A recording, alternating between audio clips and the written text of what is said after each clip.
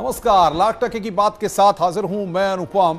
आइए आपको दिखाएंगे देश और दुनिया के साथ प्रदेश की हर छोटी बड़ी खबर। और मैं हूं आपके साथ शीनम शर्मा। तमाम खबरें आपको दिखाएंगे, लेकिन सबसे पहले एक नजर सुर्खियों पर। गुजरात में पहले चरण के रण का मतदान कल, 89 सीटों पर डाले जाएंगे वोट। कल 4 जिलों में जनसभाएं करेंगे सीएम योगी।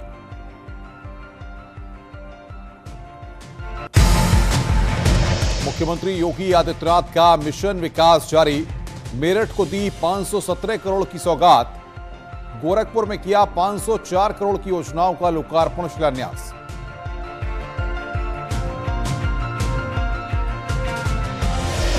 इटावा में समाजवादी पार्टी का कार्यकर्ता सम्मेलन। अखिलेश, शिवपाल, डिंपल यादव ने बीजेपी पर साधा निशाना। शिवपाल ने अखिलेश को बताया छोटे नेताजी।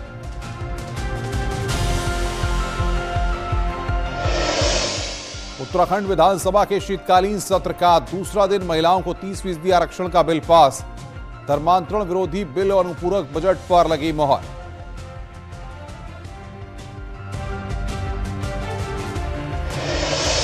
आज इकराम कुरैशी को झटका। बिजली चोरी के मामले में कोर्ट ने सुनाई 7 साल की सजा। एसपी छोड़कर थामा था कांग्रेस का दामन।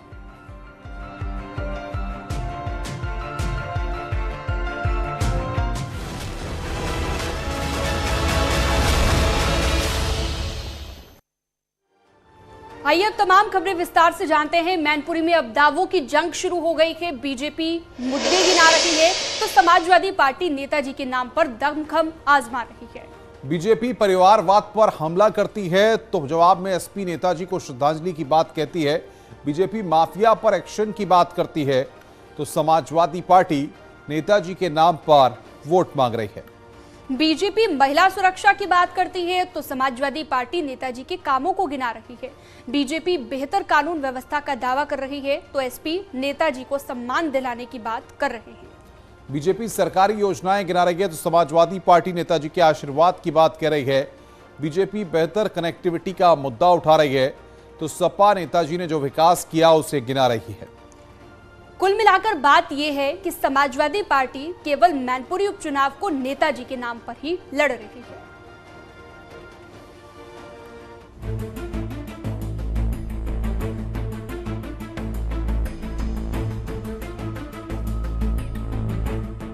हम चाहते हैं अखिलेश यादव तुमसे छोटे नेताजी, यहाँ की जनता, पूरे उत्तर प्रदेश की जनता और पूरे हिंदुस्तान की जनता छोटे नेताजी के नाम से पुकारे। मैं ये कहना चाहता हूँ, मुलायम सिंह यादव अमर रहे, अमर रहे, अमर रहे। और मैं अखिलेश यादव जिंदाबाद। आप लोग यहाँ देख रहे होंगे, कुछ लोग टहल रहे होंगे, प्रत्याशी भी बन गए और शिष्य भी हमारा बताते हैं। हमने के शिष्य तो नहीं हो, शिष्य कभी छिपके नहीं कहीं जाता है, छिपके कभी नहीं जाता है, गुरु की आज्ञा लेकर के जाता है। मैनपुरी के रण में अखिलेश यादव का नामकरण हो गया। भतीजे से अखिलेश छोटे नेताजी हो गए और ये नाम चाचा शिवपाल ने तोहफे में दिया। शिवपाल यादव ने कहा कि नेताजी चाहते थे अखिलेश को छोटे नेताजी कहें और आज से पूरा हिंदुस्तान अखिलेश को छोटे नेताजी बुलाएगा। हम चाहते हैं अखिलेश यादव तुमसे छोटे नेताजी, यहाँ की जनता, पूरे उत्तर प्रदेश की जनता और पूरे हिंदुस्तान की जनता छोटे नेताजी के नाम से पुकारे। मैं ये कहना चाहता हूँ। शिवपाल यादव के इस बयान पर फिर मैनपुरी में गर्मी बढ़ गई और बीजेपी ने समाजवादी पार्टी की मानसिकता याद दिला दी। जिस प्रकार से शिवपाल सिंह जी ने अपने बयान में कहा है कि नेताजी को जिस प्रकार से हम लोग नेताजी बुलाते थे, उसी प्रकार से वो अखिलेश को छोटे नेताजी बुलाएंगे। और उनके शिष्य रहे रघुराज सिंह साग के लिए कहा है कि वो तो बैलगाड़ी के साथ चलने वाले कुत्ते हैं। मैंने घर का बेटा नेताजी, यदि उसकी पत्नी चुनाव लड़े तो वो छोटे नेताजी, और यदि बाहर का व्यक्ति कोई चुनाव लड़े तो वो बैलगाड़ी के साथ चलने वाला कुत्ता। यही समाजवादी पार्टी की मानसिकता है। जैसे ही अखिलेश को नया नाम मिला, उनके तेवर और धारदार हो गए। वो एक के बाद एक बीजेपी और सरकार पर प्रहार करने लगे। और मंच से मुख्यमंत्री को फुटबॉल खेलने का चैलेंज दे दिया। तो इसलिए हम सरकार के लोगों से कहेंगे कि हमें पेंडुलम की भाषा ना समझाओ, हमारे चाचा जानते हैं झूला कब किसको झुलाना है।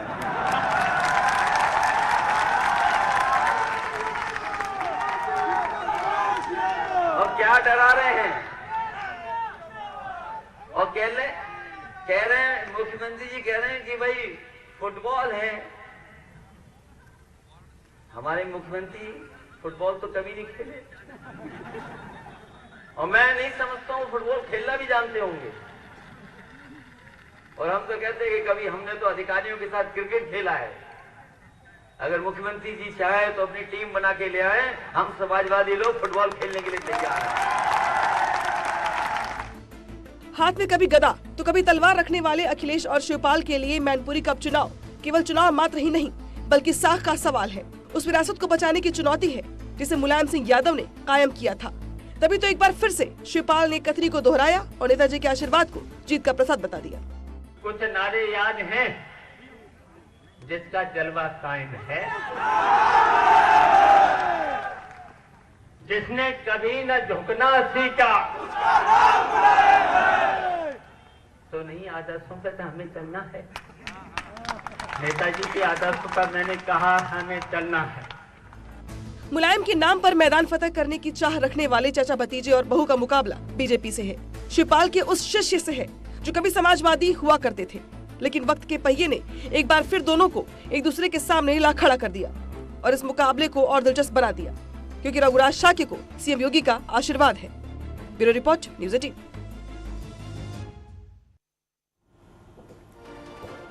मैनपुरी उपचुनाव को लेकर मुलायम कुनबा एकजुट हो चुका है। चाचा शिवपाल की सब नाराजगी दूर हो चुकी है।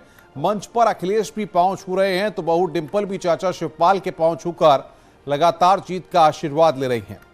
और ऐसी ही तस्वीर मैनपुरी में आज भरतिया कोठी की जनसभा में भी नजर आई, जहां पर मंच पर पहुंचते ही बहू डिंपल ने चाचा ससुर यानी कि शिवपाल यादव के पांव छू लिए।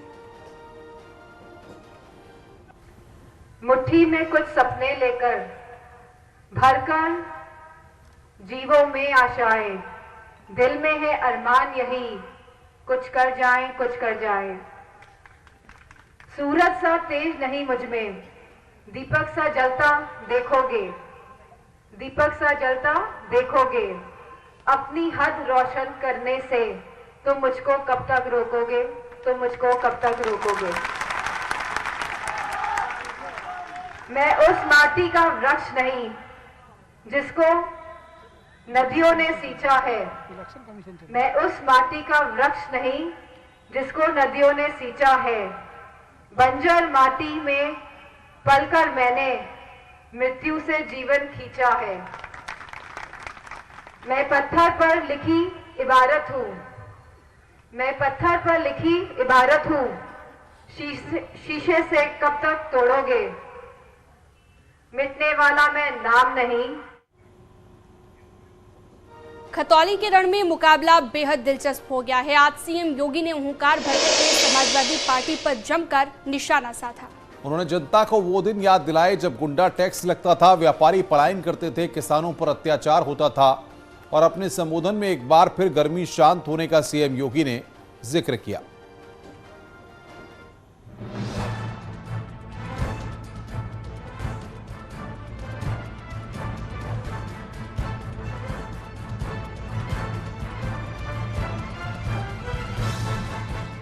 खतौली में फिर से कमल खिलाने की चाह है। निकाय चुनाव की राह है और 2024 के लोकसभा चुनाव पर निगाह है। और इसी को देखते हुए सीएम योगी ने उपचुनाव में मोर्चा संभाल लिया है। पहले मैनपुरी तो अब खतौली में हुंकार है। विरोधियों पर ताबड़तोड़ प्रहार है। कबाल का बवाल हो रहा था तब समाजवादी पार्टी की सरकार थी। महीनों कर्फ्यू था, लोगों को अपने घरों से पलायन करना पड़ा था। हजारों हिंदू नौजवानों को जेल के अंदर ठूंस दिया गया था। तब सपा के नेता तो नहीं आ सकते थे, लेकिन लोकदल के नेता कहां थे? आज पूछा जाना चाहिए इन लोगों से, तब लोकदल कहां था? सीएम योगी ने वो दिन याद दिलाए जब गुंडा टैक्स लगता था, किसानों पर अत्याचार होता था, बहन बेटियों के लिए इलाका सुरक्षित नहीं था और व्यापारी पलायन करने लगे थे। ये सपा और उस समय की लोकदल पार्टी के संयुक्त गठबंधन सरकार की देन थी, जो एक क्रूर अत्याचार हिंदू नौजवानों पर और यहां के नागरिकों पर करने की साजिश का हिस्सा था। निर्दोष सचिन और गौरव जिस तरीके से निर्मम और बर्बर अत्याचार के शिकार हुए थे, कौन इसको विस्मृत कर सकता है। और जिन लोगों ने सचिन और गौरव जैसे नौजवानों के साथ क्रूरता ढाई थी, मुख्यमंत्री योगी उपचुनाव के रण में बेहतर कानून व्यवस्था, बेहतर सुविधा और जन कल्याण योजना के साथ उतरे और जनता को वो दिन याद दिलाए जब समाजवादी पार्टी की सरकार हुआ करती थी। उन्होंने उस वक्त की सरकार की तुलना बिच्छू तक से कर डाली। आपको एक कथा याद होगी कि एक बिच्छू पानी में बह रहा था, एक साधु उसको निकाल करके बाहर बचाने का प्रयास कर रहा था, जैसे अपने हाथ से उठाता वो बिच्छू काट लेता। तब तक एक राहगीर ने उससे पूछा, कहा कि ये सब क्या कर रहे हैं आप? उसने कहा मैं इसको बचाना चाहता हूं, लेकिन ये अपनी प्रवृत्ति से बाज नहीं आ रहा है। भाइयों बहनों, आदत जल्दी छूटती नहीं है। आप याद करिए, अगर हम सख्ती नहीं करते, क्या हम शांति बना पाते, सुरक्षा दे पाते? विधानसभा चुनाव के वक्त सीएम योगी ने कहा था 10 मार्च के बाद कैराना और मुजफ्फरनगर की गर्मी शांत हो जाएगी, जिसे उन्होंने फिर दोहराया और अपने बयान को चरितार्थ कर दिया। उस समय कुछ लोगों में अप्रैल में ही गर्मी चल रही थी, तो मैंने कहा आने दीजिए 10 मार्च की तिथि को। 10 मार्च के बाद ये सारी गर्मी अपने आप शांति में बदल जाएगी, कश्मीर जैसी ठंडी ला देगी। खतौली में एक तरफ राजकुमारी सैनी है तो दूसरी तरफ समाजवादी पार्टी गठबंधन से आरएलडी के मदन भैया, जो खुद को बाहुबली बताते हैं। लेकिन इस चुनाव में बीजेपी का एक ही मकसद है, फिर से खतौली में कमल खिलाना। ऐसे में हर उस रणनीति पर काम कर रहे हैं, चाहे जातीय समीकरण ही क्यों न हो। मुसलमान 77,000, दलित 57,000, सैनी 27,000, पाल 19,000, कश्यप 17,000। सीएम योगी की रैली के बाद एक बार फिर खतौली की हवा बदल गई है।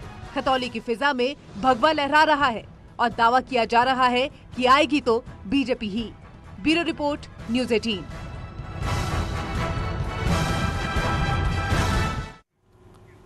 तो वहीं सीएम योगी की रैली के बाद बीजेपी प्रत्याशी राजकुमारी सैनी का कॉन्फिडेंस और हाई हो गया है। उन्होंने कहा कि पिछली बार से ज्यादा इस बार वोट मिलेंगे। चुनावी सभा नॉर्मली बड़ी नहीं होती, ये सबको पता है। तो मूड जितने लोग थे, उस मूड का अंदाजा आपको लग गया होगा।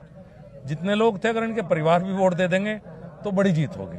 इतने लोग आज आए हैं, तो मुझे लगता है कि मूड तो आपको पता लगेगा। और दूसरी बात यह कि खतौली की जनता को पता है कि 4 साल विक्रम सैनी के बचे हुए थे। सरकार 4 साल भारतीय जनता पार्टी के सत्ताधारी पार्टी का विधायक क्षेत्र के लिए काम करेगा। सांसद संजीव बालियान है, दोनों मिलकर बेहतर विकास करेंगे। विपक्ष का विधायक तो रोने का काम करता है, और क्या करता है? नहीं, पूरी तैयारी नहीं।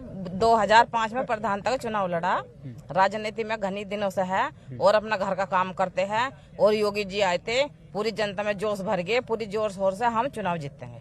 योगी जी लगातार महिलाओं की सुरक्षा को लेकर बात करते रहे। हाँ, महिला की सुरक्षा करेंगे और करते रहेंगे। बहन बेटे का सम्मान भी करा है, ऐसे करते रहेंगे। समाजवादी पार्टी की सरकार जब थी, मुख्यमंत्री ने कहा कि भाई उस समय तो नंगा नाच हुआ करता था, नंग तांडव हुआ करता था, उन्होंने शब्द इस्तेमाल किया। हाँ, ऐसे ही हुआ करता था। उसमें उसकी सपा की सरकार में ऐसे थे, आपने सुना होगा, स्प्रिंग वाले जूते हैं, छत से भी कूद जाते थे, बच्चों को उठा लेते थे।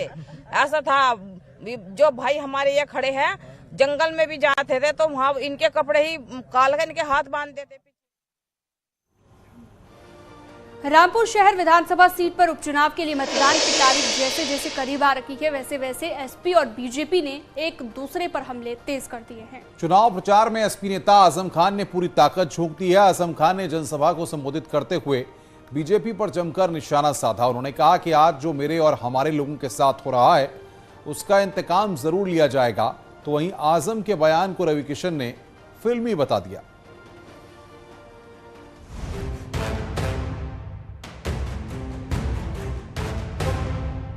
बच्चा मां के पेट से पैदा होने से पहले ये पूछता, ये पूछ लो आजम खां से बाहर निकलना भी है।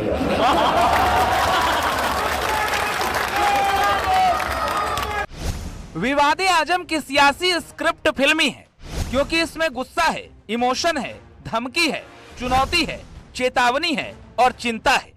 आजम जब बोलते हैं, मुंह खोलते हैं तो नए विवाद को जन्म देते हैं और उस बच्चे के जन्म लेने पर अपनी धमकी दिखाते हैं जो मां की कोख में ही पल रहा है। आजम ने अपने बयान को इतना तोड़ा मरोड़ा, लेकिन जो मंशा थी उसे अपने शब्दों में परोसा। बच्चा मां के पेट से पैदा होने से पहले ये पूछता, ये पूछ लो आजम खां से बाहर निकलना भी है।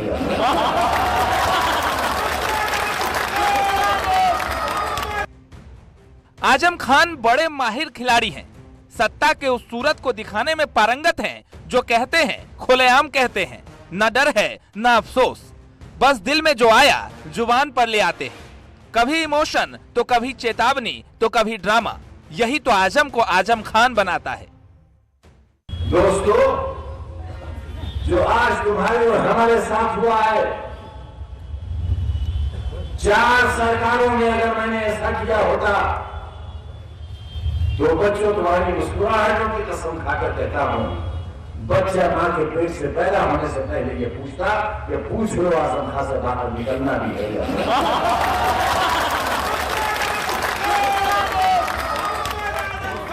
गलती हुई है, मैं मुजरिम हूं, गलती हुई है, मैंने दिल का सौदा किया, जो भी प्यार से मिला हम उसी को लिए। आजम खान वक्त के साथ सियासी रंग बदलने में माहिर हैं। कभी अपनों को सुनाते हैं तो कभी विरोधियों को सबक सिखाने की बात कहते हैं, लेकिन जब भी बोलते हैं तोल मोल कर। उन्हें पता होता है कि क्या बोलना है, कितना बोलना है और जो बोलना है उसका वजूद क्या होगा। इसको भोजपुरी फिल्म में अब उनको एक्टिंग करनी चाहिए, अब हो गया, उनको वो कलाकार के रूप में आना चाहिए, तब उनकी दुकान चलेगी। ये सब फालतू की बयानबाजी है, उनको अभी ये भावना वाले समय गया, ये झूठ की राजनीति खत्म है। आजम खान को भोजपुरी सिनेमा में आना चाहिए। आजम खान जेल की हवा खा चुके हैं, अपने विवादित बयान की खातिर विधायकी गंवा चुके हैं, वोट देने का अधिकार खो चुके हैं, लेकिन अब भी जब जेल की याद आती है मन ही मन से रो देते हैं। और हम सजा के दरवाजे पर खड़े हैं, जेल हमारा इंतजार कर रही है कि हम फिर आने वाले हैं। और जानते हो क्या सुलूक हुए थे हमारे साथ? वो सुलूक तो शायद यहूदियों के साथ हिटलर ने भी नहीं किया। रामपुर के रण में आजम भले अखिलेश के इंतजार में हो, लेकिन फिलहाल वो तन्हा अकेला महसूस कर रहे हैं। और यही वजह है कि जब भी मंच पर अपने प्रत्याशी आसिम रजा के लिए माइक थामते हैं, आसिम के लिए कम, अपनी कहानी ज्यादा बताते हैं। कुछ मत सोचना मेरे लिए, कुछ मत सोचना मेरे बारे में बहनों, कुछ मत सोचना। मैं तो इंतजार इस बात का कर रहा हूं किस दिन मुझे देश निकाला मिलेगा, क्योंकि अब सिर्फ एक ही जुल्म बाकी रह गया है कि मुझे हिंदुस्तान से निकाल दिया जाए। मेरा वोट देने तक का इख्तियार है, मेरे जीने का हक इसलिए बाकी है कि वो मुझे सीधे नहीं मारना चाहते, चाहते हैं एड़ियां रगड़ रगड़ कर मैं मर जाऊं। रामपुर में आजम के बादशाहत की राह इस बार आसान नहीं, क्योंकि बीजेपी ने ऐसे चक्रव्यूह की रचना की है जिसे आजम को अगर अखिलेश जयंत का भी साथ मिल गया तो भेदना कठिन होगा। और शायद ये बात आजम को समझ भी आ गई है, तभी आजम रामपुर के रण में कभी रोते हैं, कभी धमकाते हैं, कभी चेताते हैं तो कभी इमोशनल अत्याचार के नाम पर प्रचार करते हैं। Bureau report, news 18।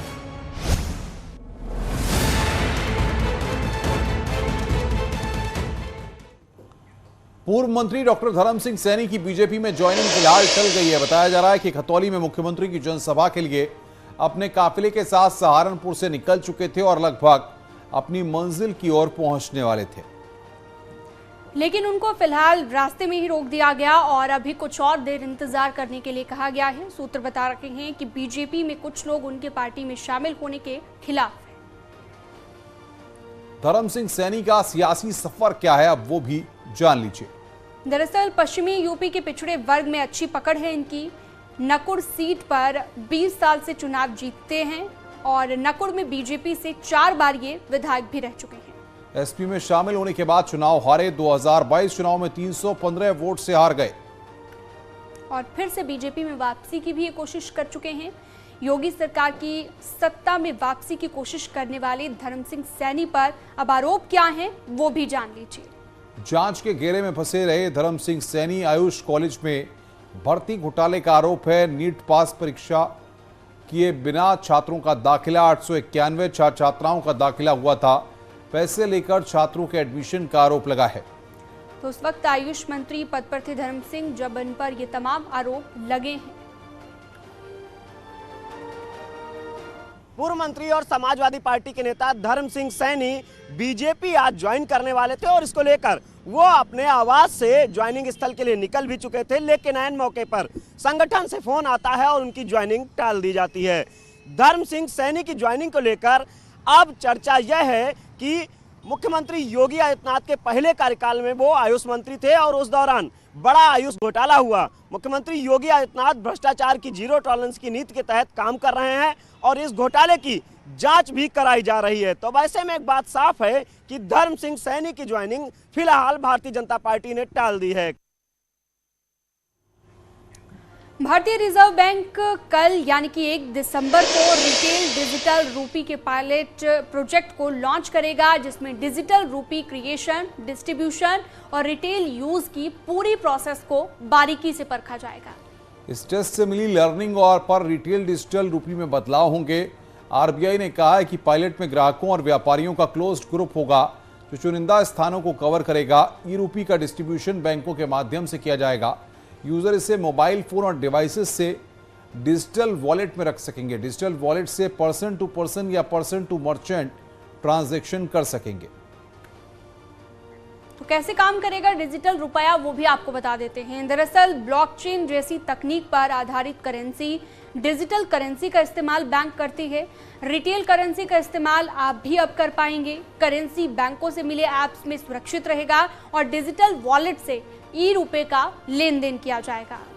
Mobile phone से एक दूसरे को भेजा जा सकेगा। ई रुपए में हर तरह के सामान खरीदे जा सकेंगे। तो डिजिटल रुपए के जरिए अब फायदे क्या होंगे, वो भी आपको बता देते हैं। दरअसल इसके जरिए जेब में कैश रखने की जरूरत आपको नहीं होगी। मोबाइल वॉलेट के जरिए ही ये मोबाइल वॉलेट की तरह दरअसल ये काम करेगा। बैंक मनी और कैश में आसानी से इसे कन्वर्ट किया जा सकेगा। विदेश में पैसे भेजने में लागत भी कम आएगी और ई रुपए की वैल्यू मौजूदा करेंसी के बराबर बैंकों को पैसा ट्रांसफर करने में आसानी होगी। काले धन, मनी लॉन्ड्रिंग पर भी लगाम इसके जरिए लग सके। कल 1 दिसंबर से 4 शहरों में पायलट प्रोजेक्ट के अकॉर्डिंग लॉन्च होने वाला है। दिल्ली, मुंबई, बेंगलोर और चेन्नई में। यह डिजिटल पेमेंट के तरीके और इसमें एक अंतर है क्योंकि यह वाउचर के शक्ल में मिलेगा और एक प्रीपेड गिफ्ट कार्ड की तरह होगा। अपने सहूलियत के हिसाब से रिसीव करने वाला इसको यूज कर सकेगा। बैंक अकाउंट की जरूरत नहीं होगी। एनपीसीआई के मुताबिक डिजिटल पेमेंट के लिए एक कैशलेस और कॉन्टैक्टलेस प्लेटफॉर्म है। यह एसएमएस और क्यूआर कोड के रूप में भेज सकता है कोई भी आदमी। अखिलेश यादव सरकार में राज्य मंत्री रहे